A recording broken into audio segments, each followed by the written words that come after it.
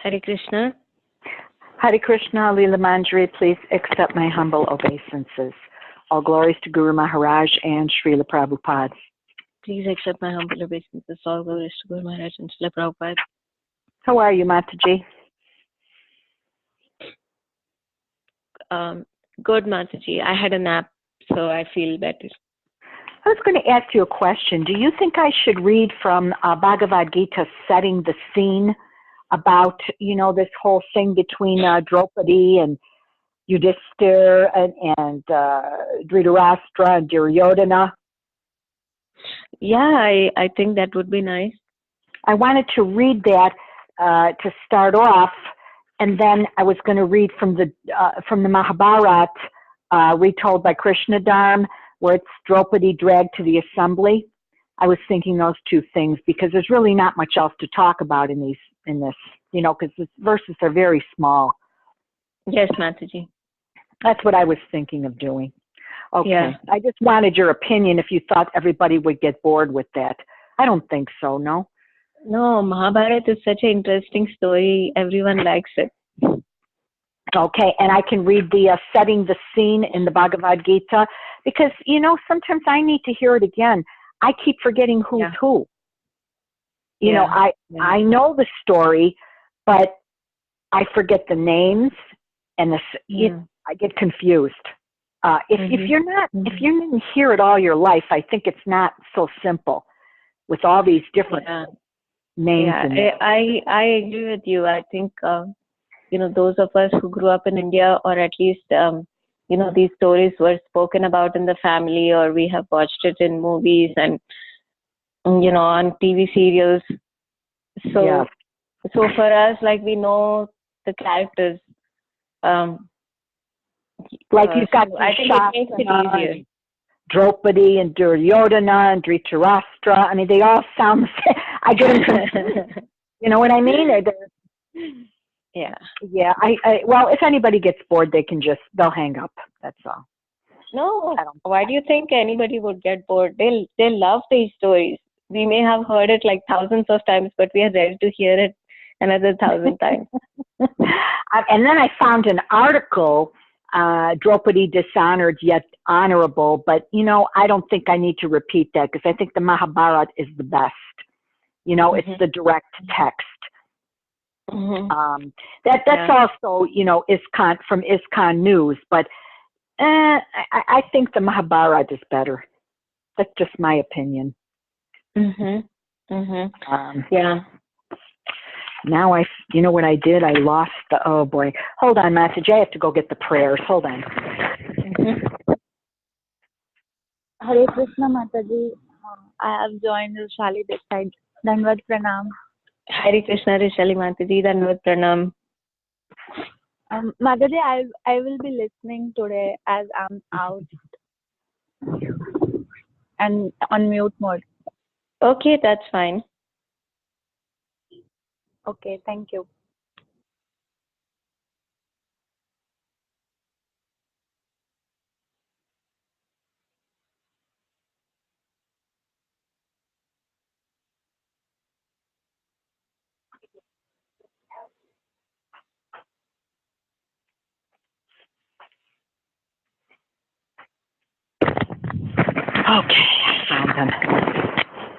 Are we the only ones on, Mataji? Has anyone else joined the class? Rishali Mataji just spoke. Rishali Mataji, Hare Krishna. Please accept my humble obeisances. All glories to Guru Hare Maharaj Krishna, and Mataji. Srila Prabhupada. Danvat Pranam, Hare Krishna, Mataji. Well, it's 6 minutes after. I'll wait 1 more minute and then I'll start. Mataji, you can get started so we can have more time for discussion at the end. Okay.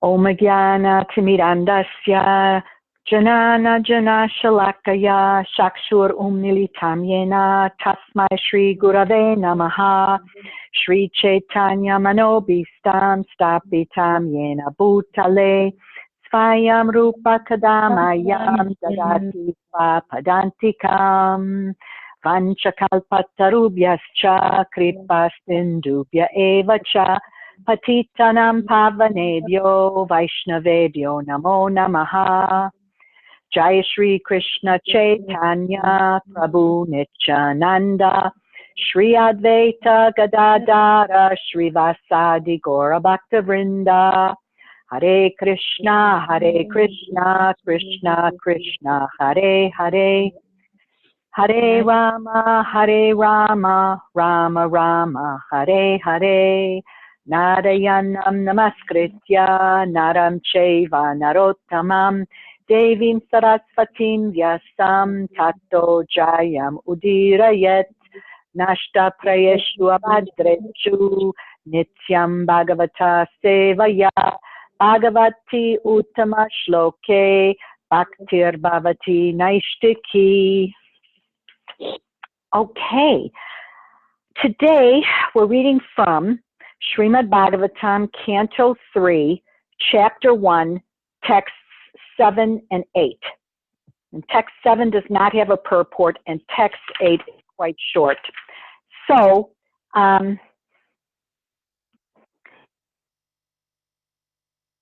going to read a little bit also from the Mahabharata, retold by, where is it up here? Retold by Krishna Dharm, Part 1. Okay, so to start text 7, Yada Sabayam Kuru Deva Devya Kesha Bimarsham Sutta Karma Garyam Navarayam Asanipas Nushyaya Svasrer Harantya Kucha Kumani. Okay. The translation: the king did not forbid his son Dushasana's abominable action of grabbing the hair of Draupadi, the wife of the godly king Yudhisthira, even though her tears washed the red dust on her breast. I'm going to just read that whole scene in a few minutes from the Mahabharata, okay? And then text 8, Dupetiv Adarmena Chitasya Sado Sachava Lambasyava Namgatasya Natyachatodat Samayena Dayam Tamo Jushano Yad Ajakta Shatro. Translation: Yudhisthira, who was born without any enemy, was unfairly defeated in gambling. But because he had taken the vow of truthfulness, he went off to the forest. When he came back in due course and begged the return of his rightful share of the kingdom, he was refused by Dhritarashtra, who was overwhelmed by illusion.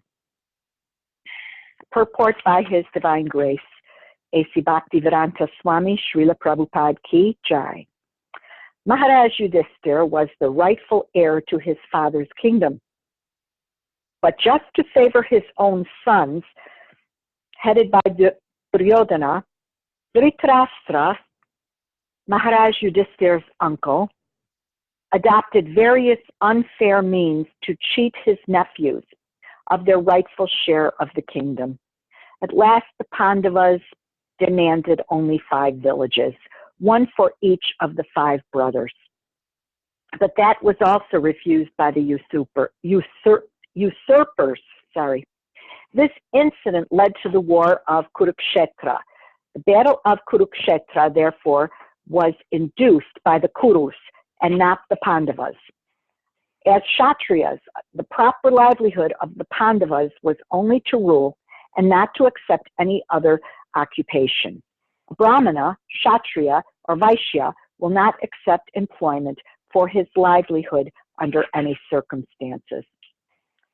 Okay, so what I'd like to do, first of all, in this, not in 7, but in 8, what we have here, I listened to a couple of lectures, and in one lecture, there really has not been much said about 7 and 8. The only thing in 8 was that you have the two kings. You have Maharaj Yudhishthir, and you have Dhritarashtra. Okay, these two are in here. In one lecture, it was said that it's quite a contrast between the two. It was just to show how one was an extremely truthful king, whereas the other was very deceitful. Okay, and it showed all of the, he was a cheat. He was out for himself, for his own children, etc. And Maharaj Yudhishthir didn't want to do any kind of retaliation. He didn't have any enemies. And he was unfairly defeated in gambling, etc. And so he went off into the forest. So it was shown in it was said in the lecture, the only thing that was said, that the two were, it was shown how strikingly contrasting these two were. Okay, so what I want to do is set that scene again, and I know we've heard it before, but I went back, and I know some of the Indian-bodied people know the scene, but I'm going back to the Bhagavad Gita as it is, and I'm just going back to setting the scene. I'm just going to read a little bit of this whole scenario, and then I'm going to go into the Mahabharata and read about Draupadi and how she was dragged to the assembly. I think that's a very interesting story. Let's see. I'm going to start right in one of the greatest philosophical and religious dialogues known to man took place just before the onset of war, a great fratricidal conflict between the 100 sons of Dhritarashtra, and on the opposing side, their cousins, the Pandavas, or sons of Pandu. Dhritarashtra and Pandu were brothers, born in the Kuru dynasty, descending from King Bharat, a former ruler of the earth, from whom the name Mahabharata derives. Because Dhritarashtra, the elder brother, was born blind, the throne that otherwise would have been his was passed down to the younger brother, Pandu. When Pandu died at an early age, his 5 children, Yudhishthir, Bhima, Arjuna, Nakula, and Sahadev, came under the care of Dhritarashtra, who in effect became, for the time being, the king. Thus the sons of Dhritarashtra and those of Pandu grew up in the same royal household. Both were trained in the military arts by the expert Drona and counseled by the revered grandfather of the clan, Bhishma. Yet the sons of Dhritarashtra, especially the eldest, Duryodhana, hated and envied the Pandavas, and the blind and weak-minded Dhritarashtra wanted his own sons, not those of Pandu, to inherit the kingdom. Thus Duryodhana, with Dhritarashtra's consent, plotted to kill the young sons of Pandu, and it was only by the careful protection of their uncle Vidura and their cousin Lord Krishna that the Pandavas escaped the many attempts against their lives. Now, Lord Krishna was not an ordinary man, but the supreme Godhead himself, who had descended to earth and was playing the role of a prince in a contemporary dynasty. In this role, he was also the nephew of Pandu's wife, Kunti, or Prita, the mother of the Pandavas. So both as a relative and as the eternal upholder of religion, Krishna favored the righteous sons of Pandu and protected them. Ultimately, however, the clever Duryodhana challenged the Pandavas to a gambling match. In the course of that fateful tournament, Duryodhana and his brothers took possession of Draupadi, the chaste and devoted wife of the Pandavas, and insultingly tried to strip her naked before the entire assembly of princes and kings. Krishna's divine intervention saved her, but the gambling, which was rigged, cheated the Pandavas of their kingdom and forced them into 13 years of exile. Upon returning from exile, the Pandavas rightfully requested their kingdom from Duryodhana, who bluntly refused to yield it. Duty-bound as princes to serve in public administration, the 5 Pandavas reduced their request to a mere 5 villages. But Duryodhana arrogantly replied that he wouldn't spare them enough land into which to drive a pin. Throughout all this, the Pandavas had been consistently tolerant and forbearing, but now war seemed inevitable. Nonetheless, as the princes of the world divided, some siding with the sons of Dhritarashtra, others with the Pandavas, Krishna himself took the role of messenger for the sons of Pandu and went to the court of Dhritarashtra to plead for peace. When his pleas were refused, war was now certain. The Pandavas, men of the highest moral stature, recognized Krishna to be the supreme personality of Godhead, whereas the impious sons of Dhritarashtra did not. Yet Krishna offered to enter the war according to the desire of the antagonists. As God, he would not personally fight, but whoever so desired might avail himself of Krishna's army. The other side could have Krishna himself as an advisor and helper. Duryodhana, the political genius, snatched at Krishna's armed forces, while the Pandavas were equally eager to have Krishna himself. In this way, Krishna became the charioteer of Arjuna, taking it upon himself to drive the fabled bowman's chariot. This brings us to the point at which Bhagavad Gita begins, with the 2 armies arrayed, ready for combat, and Dhritarashtra anxiously inquiring of his secretary Sanjaya, what did they do? So I'm going to stop there, just so that, even in the setting the scene, it's just so clear, the contrast between the 2 sides and what they were like. We have these highly benevolent, the Pandavas, and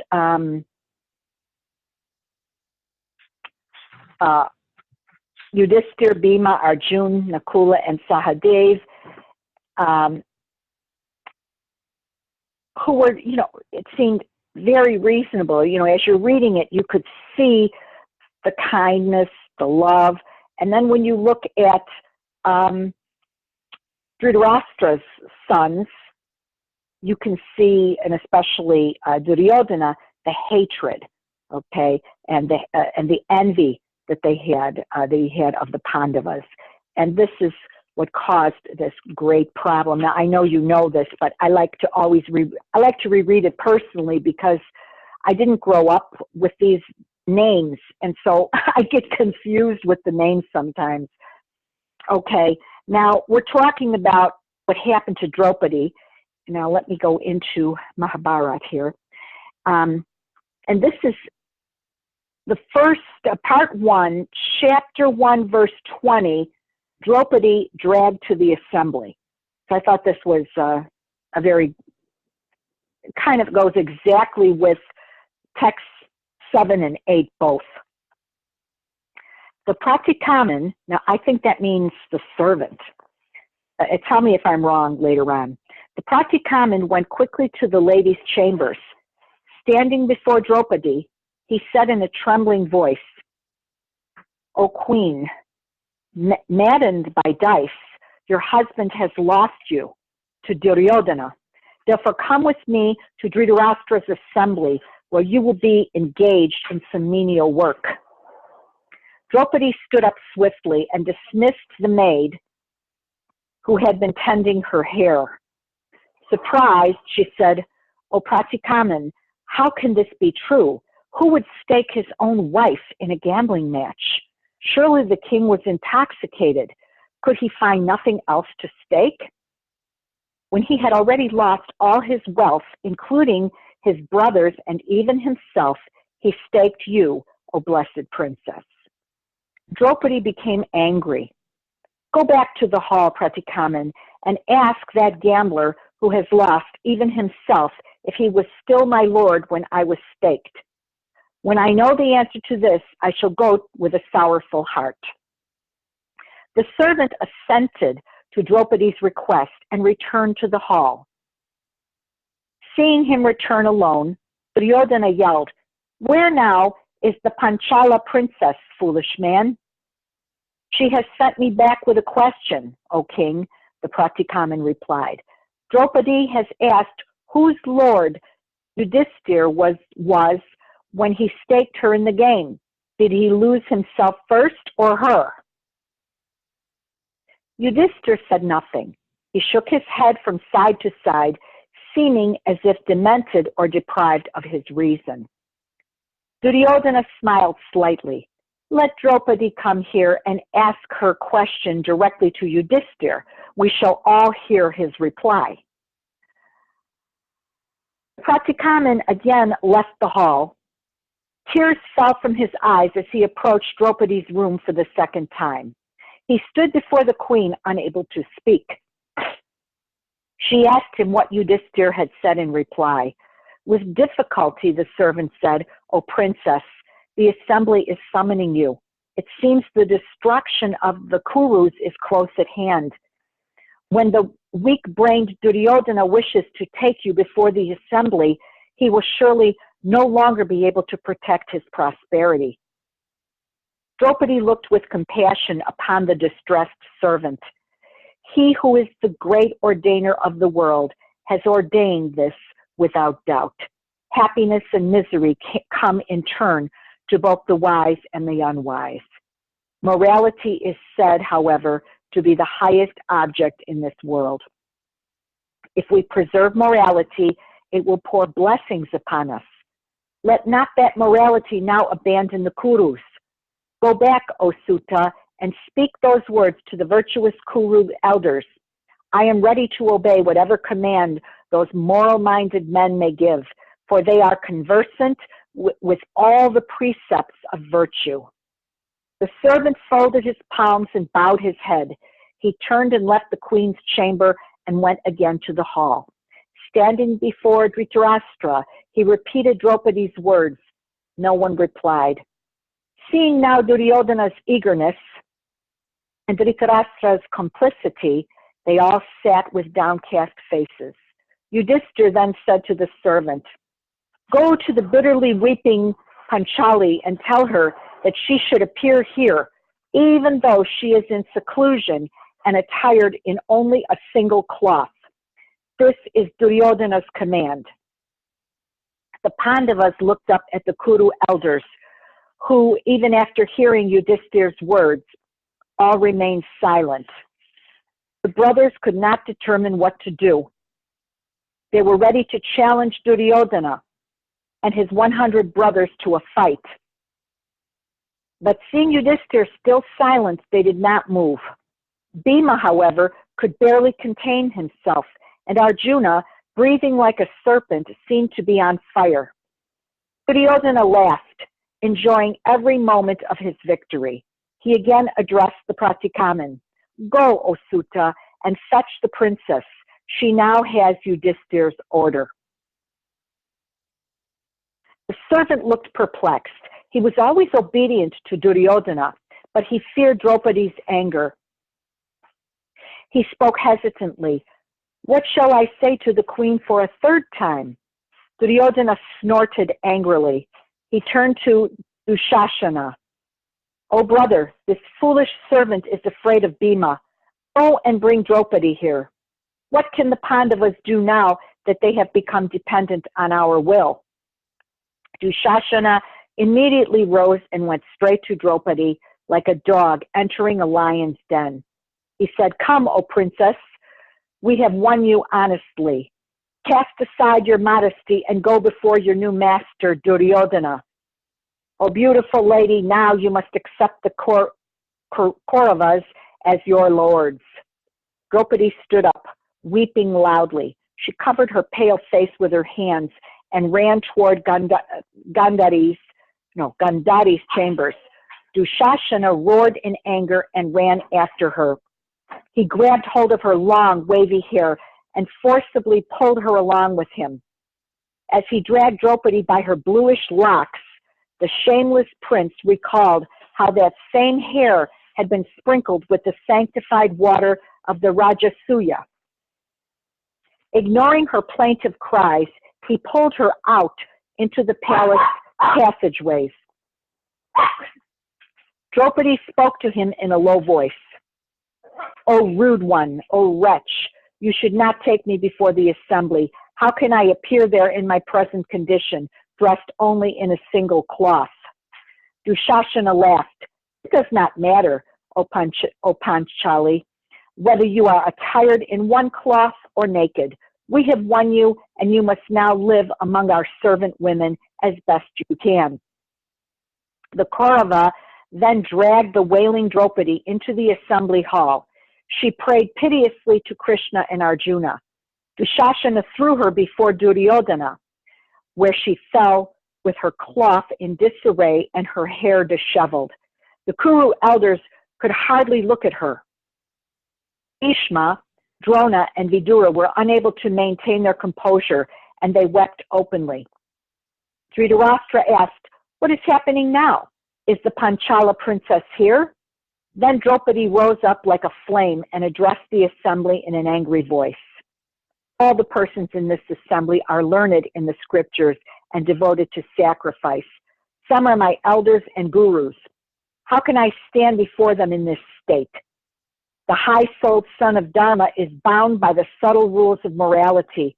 Only those with clear vision can understand those rules. I am therefore unable to admit even an atom of fault in my husband. Draupadi looked toward Dhritarashtra, her eyes filled with tears. By his side she saw Bhishma, Drona, and Vidura, their faces torn by anguish. Everyone remained silent as she continued to reprimand them. How do you all say nothing as this wretch drags me into the hall? Surely then you are all of the same mind. Shame on you. The Kuru's high morality has been destroyed by this act. Drona, Bhishma, Katva, and the king have lost their greatness, for none of them condemn this most vile deed. Draupadi fell to the floor of the hall, crying in helplessness and distress. The slender-waisted princess glanced at her enraged husbands. They were incensed to see her in such a state, and her glance inflamed them even more. Even the loss of their kingdom and wealth did not pain them as much as Draupadi's glance, which was full of modesty and anger. Then Dushashana saw Draupadi look at her husbands, however. When Dushashana saw Draupadi look at her husbands, however, he again dragged her toward the Kurus. Slave! Slave, he shouted. Duryodhana, Karna, and Shakuni all applauded Dushashana and laughed along with him. Apart from those three, everyone else in the hall was afflicted with sorrow to see the princess treated in this way. Shaking his head, Bhishma fought back tears and said to Draupadi, O blessed lady, knowing that one who has no wealth of his own cannot stake that belonging to others. But knowing also that wives are always at the command of their husbands, I am unable to answer the point you raised. The ways of morality are subtle. Yudhishthir can abandon the whole world full of wealth, but he will never sacrifice morality. The Pandava played with Shakuni, even though he knew that no one could defeat him at dice. He has staked and lost both himself and you, O princess. Therefore, I am confused upon this matter. Bhishma looked up at Dhritarashtra, but the king remained ever silent. Draupadi spoke again. Yudhishthir was summoned to this assembly by the king, and although he does not possess skill at dice, he was made to play with a skillful, wicked, and deceitful gambler. How then can he be said to have staked anything voluntarily? He has been deprived of his senses by the contrivances of sinful men acting together. This act lacks all propriety and will be condemned by all wise men. Here in this hall are many leaders of the Bharat race. Let them reflect on my words and answer my question. Dushasana began to harshly insult Draupadi. She wept grievously and looked toward her helpless husbands. Bhima was afflicted beyond all endurance. Finally, giving vent to his anger, he said to Yudhishthir, "Gamblers have in their houses many loose women, but they never stake even those women at dice. They always remain kind toward them. You have staked and lost all of our gems, jewels, gold, armors, animals, weapons, and whatever other wealth we possessed, including our very selves. Even at this, my anger was not excited. But I consider your gambling with Draupadi abominable. Having obtained us as her husbands, this innocent girl does not deserve to suffer in this way. Only because of you is she now being persecuted by these low, despicable, cruel, and mean-minded Kurus. Although you are my lord, I can hardly control my anger toward you." Bhima turned his massive shoulders toward the twins. "I shall burn Yudhishthir's hands. Sahadev, bring fire." Arjuna quickly caught hold of his brother. "O Bhima, do not speak in this way. You have never uttered such words before. Your morality has certainly been destroyed by these cruel foes. Do not fulfill our enemies' wishes. Practice the highest virtue and remain obedient to your elder brother. Remembering a Kshatriya's duties, he has played today only on the king's command and against his own desire. Such an act will surely make him famous." Bhima calmed himself. Checked by Arjuna's reproach, he felt ashamed. "You are right, O Dhananjaya. Our brother has surely acted in accordance with duty.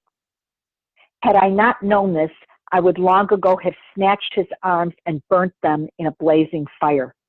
Both brothers looked at Yudhishthir in his distress. They knew he felt obliged by the presence of Dhritarashtra and Bhishma. If those two elders did not speak out against what was happening, then Yudhishthir would not object to the proceedings. Duryodhana's hearty laughter rang out again. He was relishing his cousin's discomfort.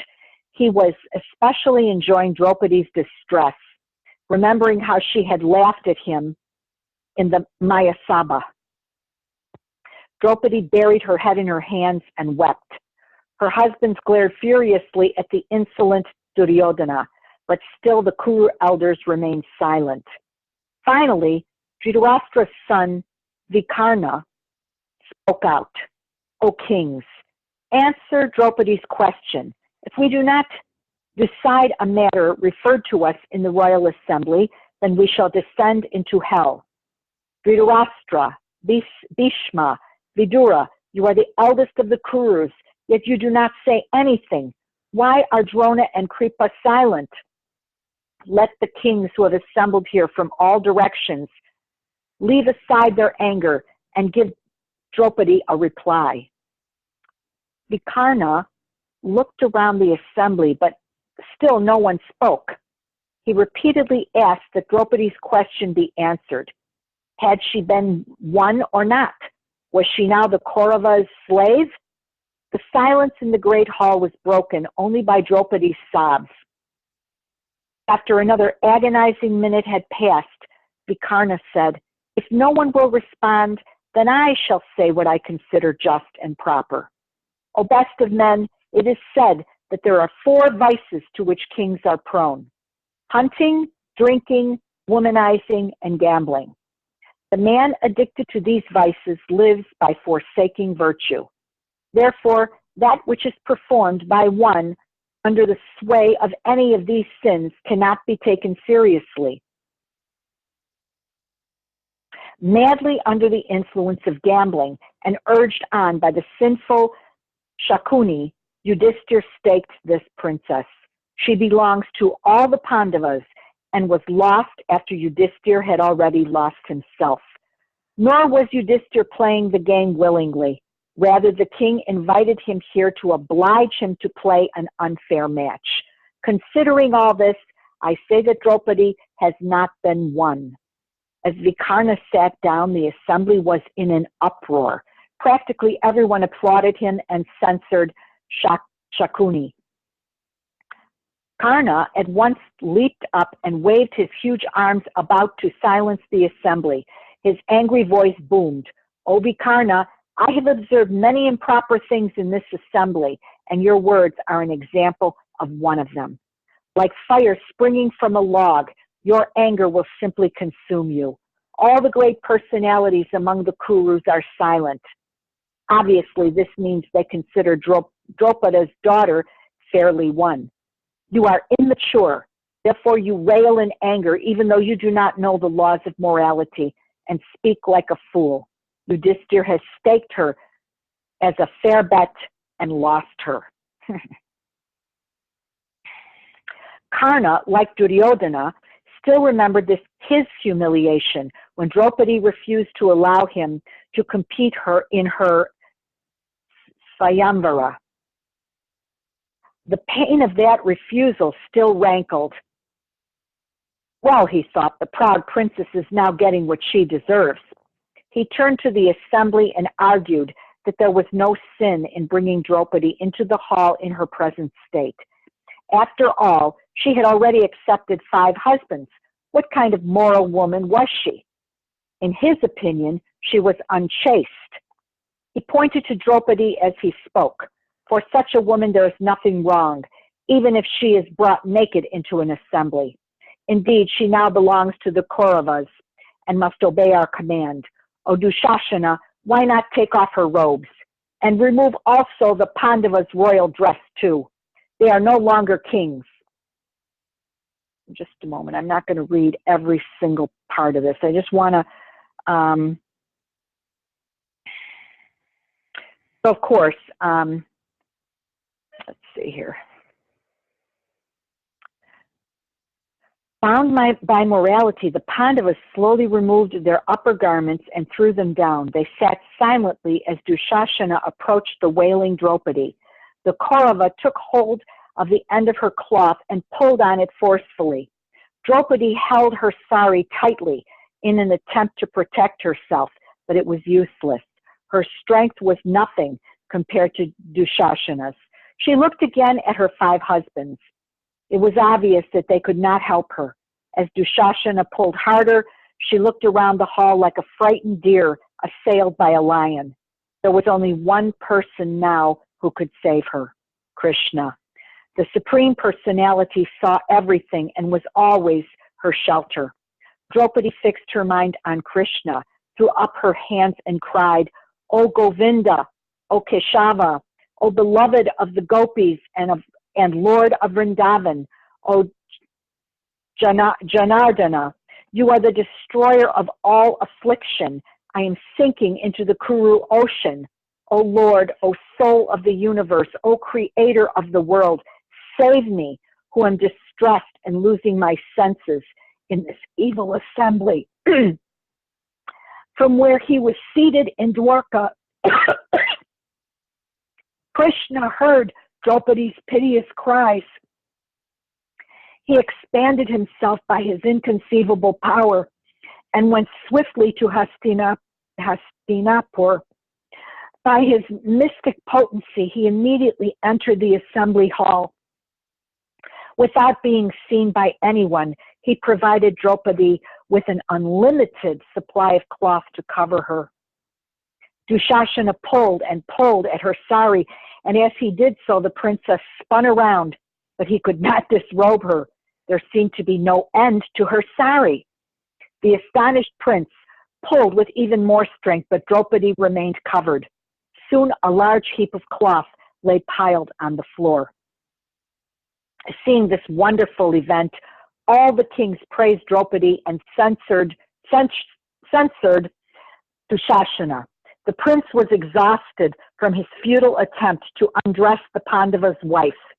He sat down, perspiring heavily.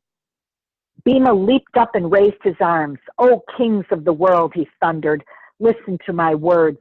I shall now make a vow unlike any that has been made before, nor shall such a vow be made in the future. If I do not forcefully tear open the breast of this sinful wretch on the battlefield and drink his blood, then may I not obtain the path of my ancestors." And then, of course, it goes on and on and on. It's very, very long. So I'm going to stop here just so that we could see the scene. And I was just very impressed by the language that's used to describe Dhritarashtra and Duryodhana and the sons of Dhritarashtra, and very, like villainous and wretched, and there was more, but you could see evil, etc. And then, of course, we have the virtuous Pandavas who, are all about morality and virtue and morality. But in the end, it's Krishna who saves her. And, what a better, it just reminds me that whenever I have turmoil, all I have to do is raise up my hands and call out to Krishna call out and ask for help. And somehow or other, Krishna will protect us. He protects his devotees, and this is a great example. It's just amazing. These stories are so old, and yet at the same time, these are things which happen today. Shaming people, using women, and shaming them in front of others. It still goes on today. So these are not such old themes, if you will. What is a little bit different? Well, not perhaps in India or perhaps in the Muslim world, you will see a woman, a man having several wives, but for a woman to have 5 husbands, I think that's kind of different. I've not heard of that before, at least. I mean, obviously not in the Western world, but usually it's the other way around. It's the man who has like 5 wives. And here, Draupadi had 5 husbands, but it was she was still considered chaste. She was she was lawfully married, et cetera, et cetera. And so, I thought this story was really beautiful and just showed how Krishna takes care of us, no matter what. He always does. I believe that the more stories I hear, the more I realize he'll be there no matter what, in situations of humiliation. And sometimes I won't even know, like I might think, oh, he's not coming to save me. I mean, this was a very humiliating situation, very shaming. And then, Krishna could have come and just stopped the whole thing.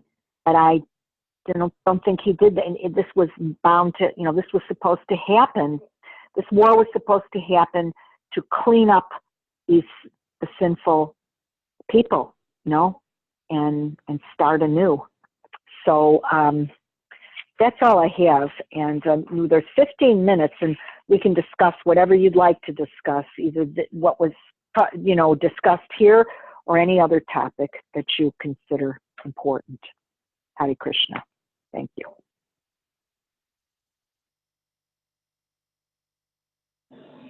Thank you, Govardhan Lila Mataji. It really doesn't matter like how many times we might have heard the Mahabharata, but it really is something to hear again and again. My Guru Maharaj, he always has a joke. He says, "You Indians like the Mahabharata more than Srimad Bhagavatam." Is it true? Yes, it's true. Oh, okay. Because of the stories, maybe? Yeah, I think because we grew up with it. Okay. Mm-hmm. Yeah, and this is like, for me, this is going to be the first time for me, reading excerpts from the Mahabharata. So this is pretty fascinating for me. Even though I knew the beginning of the story, because of the Bhagavad Gita, if you go in to the Mahabharata, it's interesting is that they give the entire story, word for word, with how it happened.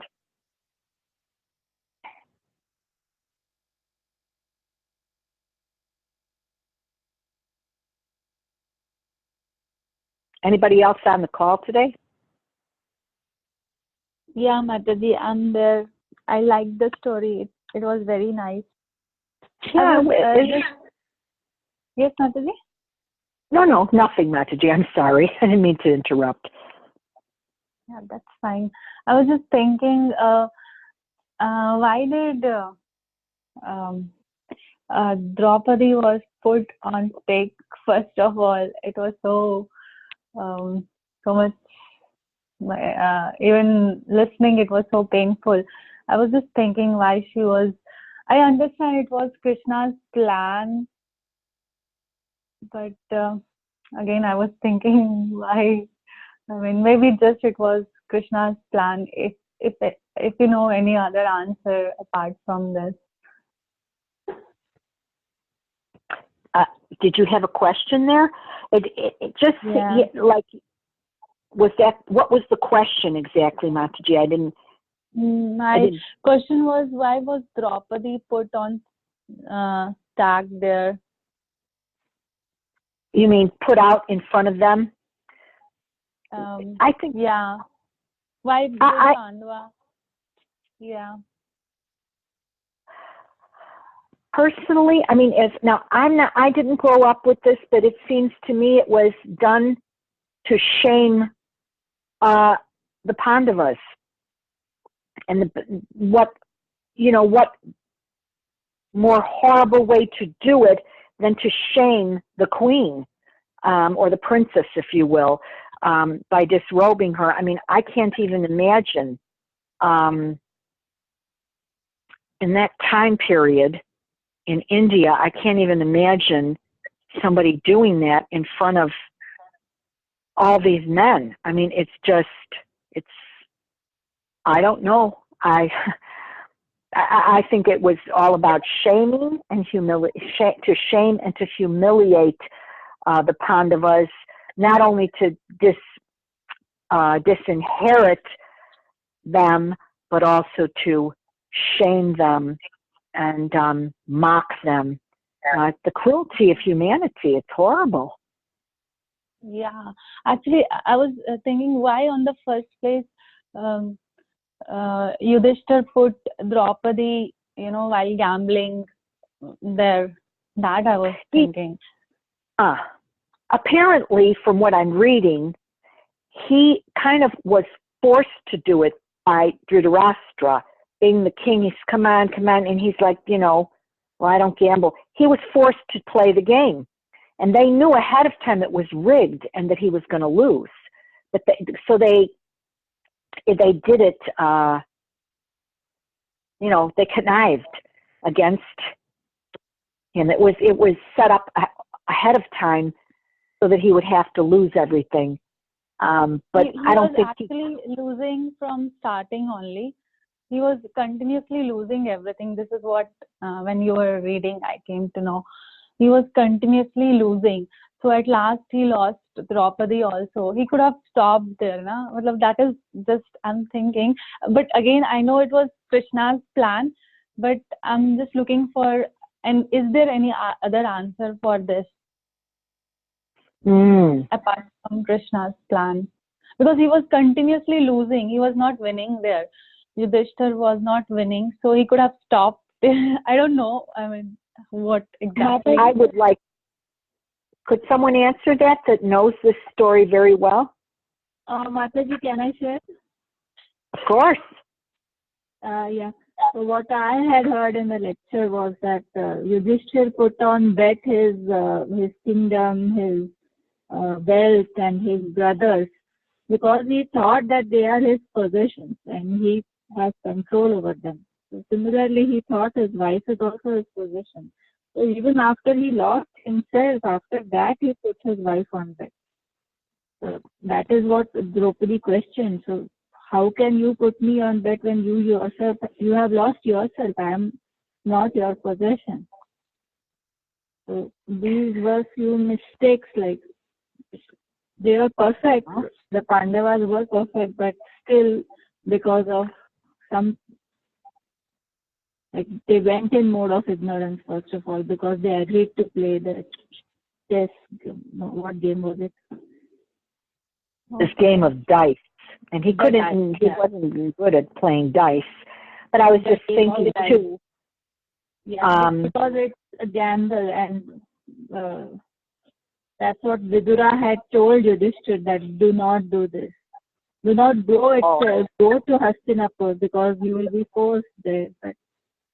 And they will ask you to play the game of dice, but still Yudhishthir went. Mm-hmm. Well, I don't have an answer for that. All I can say is I'm putting myself in the position of somebody who's lost everything.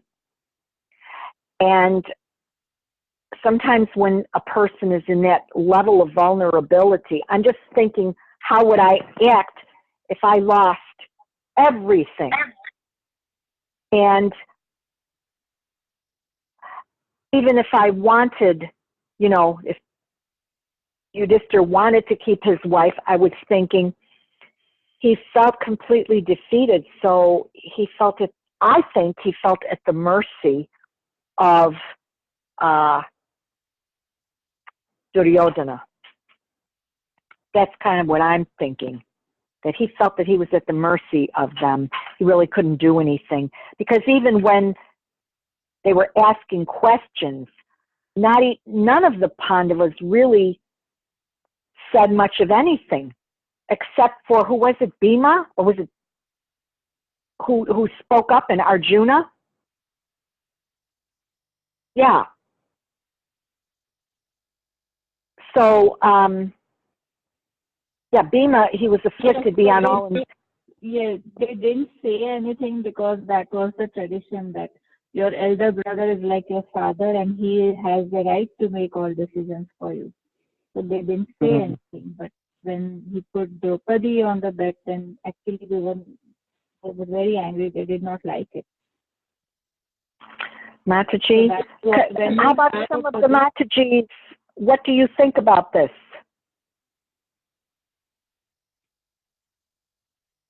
Because you've heard this story so many times.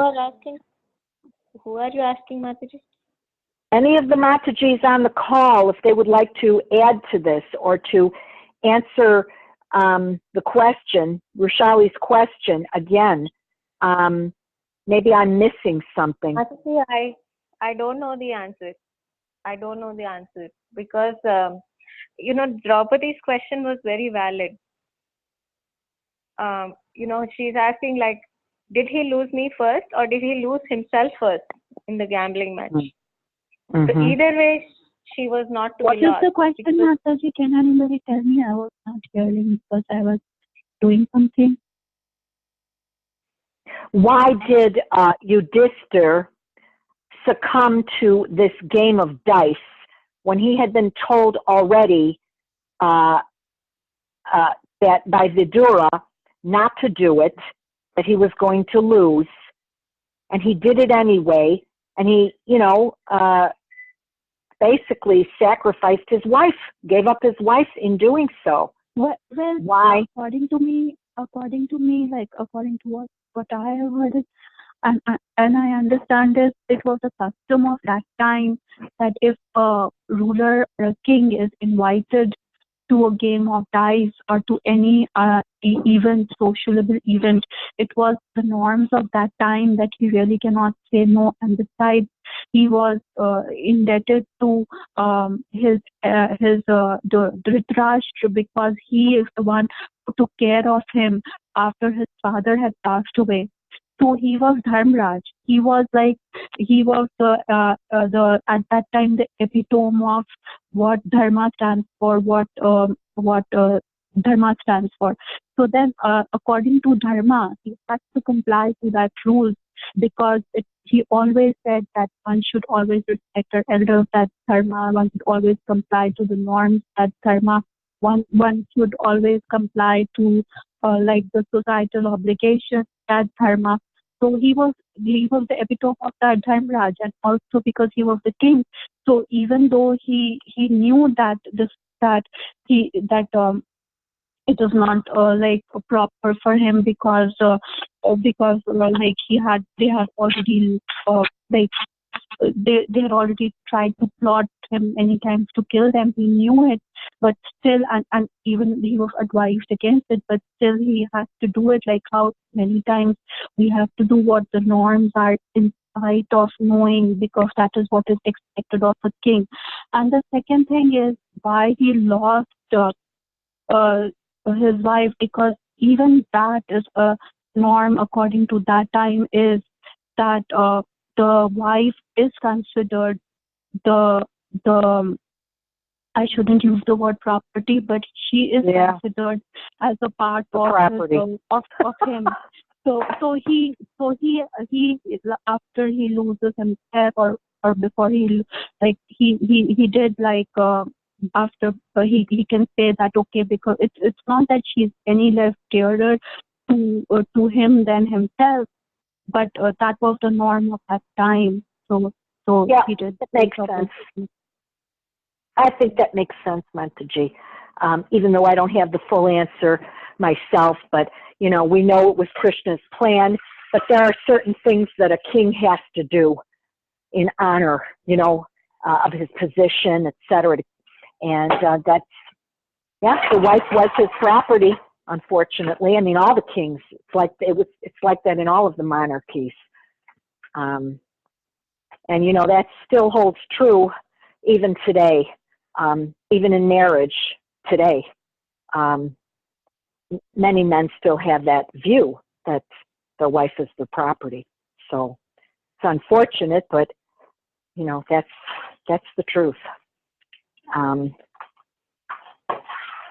Being an American, I really have a problem with that, but I try to understand it and take it in perspective. What we're the time period, and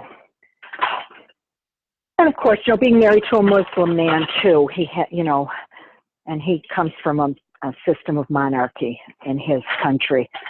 So we were just, in fact, watching something about the monarchy, and the women, in Morocco, just now are able to have a divorce if they're being, they have to prove that they're being battered and beaten or humiliated. But they do have a chance to walk away, because in the past they didn't. It was only the husband who could say, I divorce you. The woman didn't have that choice. And I don't know, maybe was like that in India at one time. I don't know, but that's what I was told.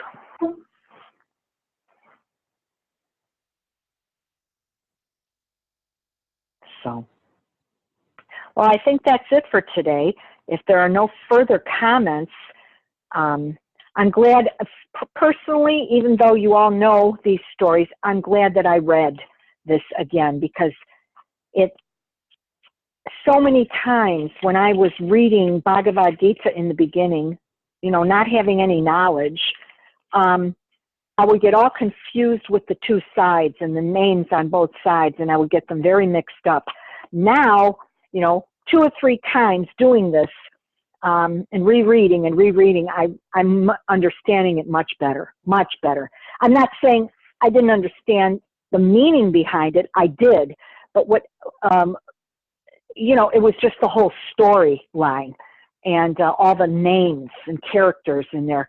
I got very confused in the beginnings. So it's good that we keep coming back and going over these things again. So I appreciate your patience with me for rereading. And maybe there are stories that you would want to hear again. So, okay, well, I guess I'll stop here. Thank you very much for today's class. Thank you for reading it. I knew the Mahabharata story, but I didn't know it in such a detail. So it was nice to hear from you. Thank you. Thank you. Oh, thank you for being there for me, Mataji. Okay, thank you. Hare Krishna. Hare Krishna. Srila Prabhupada ki Jai. Jai. Jai.